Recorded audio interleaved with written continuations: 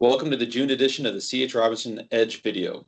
This month, instead of walking through each mode individually, I want to focus on a theme that is becoming more important across the freight market, and that's the idea of secondary impacts.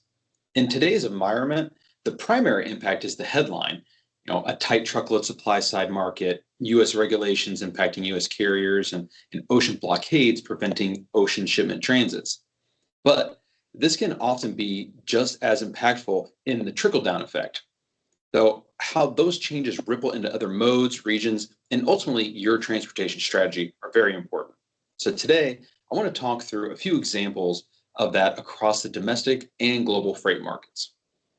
Let's start off with truckload because it's still the foundation of most supply chains. And the primary impact here is clear.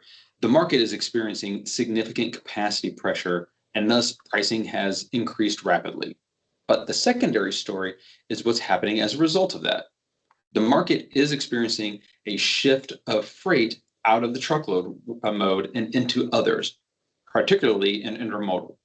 Intermodal volumes are trending above historical averages, and that is being driven less by organic net new demand growth and more so by cost pressures in the truckload market. And when truckload becomes more expensive or even less predictable, shippers start to look for alternatives. And right now, intermodal is a prime outlet for that. We are also seeing some early signs of impact flowing into the LTL networks.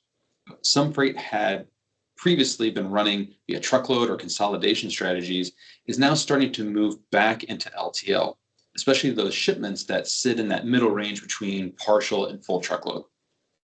This is still in the very early stages, so it's not showing up as a surge in overall demand, but it is increasing tonnage in certain networks and tightening LTL capacity incrementally. So the takeaway here is that truckload tightening does not stay contained within the four walls of its own mode. It creates downstream pressure across intermodal, LTL, and the broader network. And that is what shippers need to plan for, because this conversion ultimately leads to reduced capacity and increased rates in all of these modes. So the second example is geopolitical disruption and its effect on global transportation, specifically the situation in the Strait of Hormuz. The initial primary impact is the prevention of ocean vessels navigating the region due to the naval blockade and military conflict. And to be fair, the secondary impact of oil and fuel prices has taken the spotlight since then, at least from a supply chain perspective. And even though diesel prices have stabilized somewhat in recent weeks, the market is still operating with a structurally higher cost base and reduced inventory buffers, which keeps overall pressure elevated.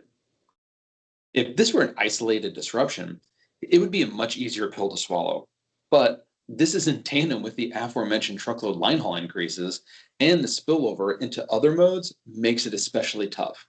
Not to mention that both line haul and fuel rates had been at relatively low levels before this year, so the magnitude of these increases just makes it feel so much worse. And at the same time, fuel is moving through the system in different ways depending on the mode. In LTL, fuel is typically applied as a surcharge, which means it can move faster than base pricing, and it creates more immediate swings in total transportation costs. In truckload, it's often treated as a pass-through, but there are still timing gaps and operational realities that impact carriers and flow into pricing decisions.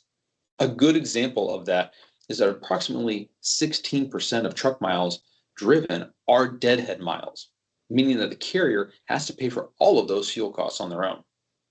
This continues the ripple effect into tightened carrier supply market that I discussed earlier. But another knock-on impact of this geopolitical disruption is showing up in air freight, and at a high level, and no pun intended, but air capacity remains available across many trade lanes. But operationally, the environment is becoming more constrained.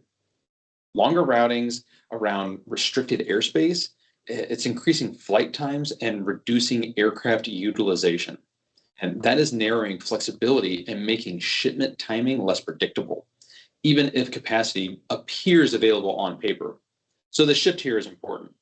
the constraint is not showing up as an obvious shortage of space. It's showing up as reduced flexibility, fewer recovery options, and longer booking windows.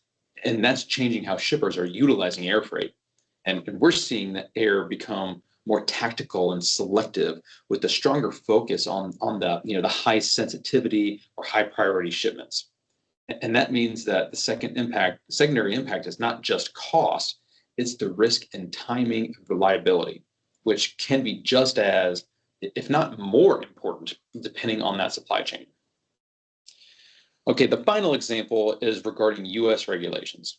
The primary story here is how this is impacting US carrier capacity as stricter driver requirements and enforcement reduces that overall driver pool.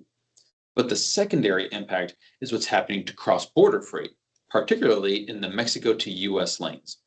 And recently, there has been a pronounced contraction in cross-border driver availability caused by the intensified US enforcement of B1 visa rules, English language requirements, and rules restricting Mexican carriers from transporting goods within the United States.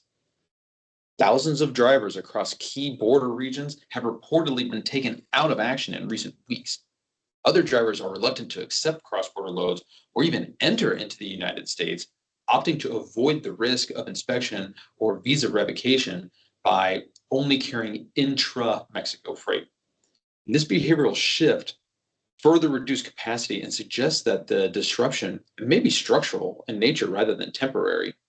And meanwhile, exports out of Mexico have been strong, with one of the largest industries, automotive, increasing trade to the US by nearly 6%. And this increase in demand, coupled with that decreased capacity, has led to freight backlogs at the border. And keep in mind that this is all happening with the deadline of July 1st looming for the USMCA review, which is something that should definitely be watched very closely. So when you take a step back and you look at all of these examples together, there is a consistent theme. The headline is impactful, but not isolated to just those stories. We call them supply chains for a reason, because everything is interconnected with a chain reaction that goes on much deeper than what I had time to discuss today. Truckload impacts intermodal and LTL. Geopolitics impacts routing, timing, modal availability, and fuel. And regulations, they impact capacity flows within other countries. And for shippers, the implication is pretty straightforward. Managing transportation today is not about securing capacity or mitigating rates in a silo. It's about understanding how variables and decisions in one point of your network will affect performance elsewhere. And that means building more flexibility into your strategy and evaluating modal options more proactively. And it also means planning for how these secondary impacts may evolve, not just reacting to the primary headline.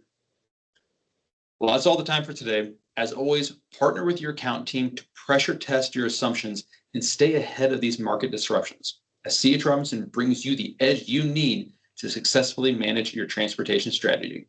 Thanks for watching, and I'll see you next month.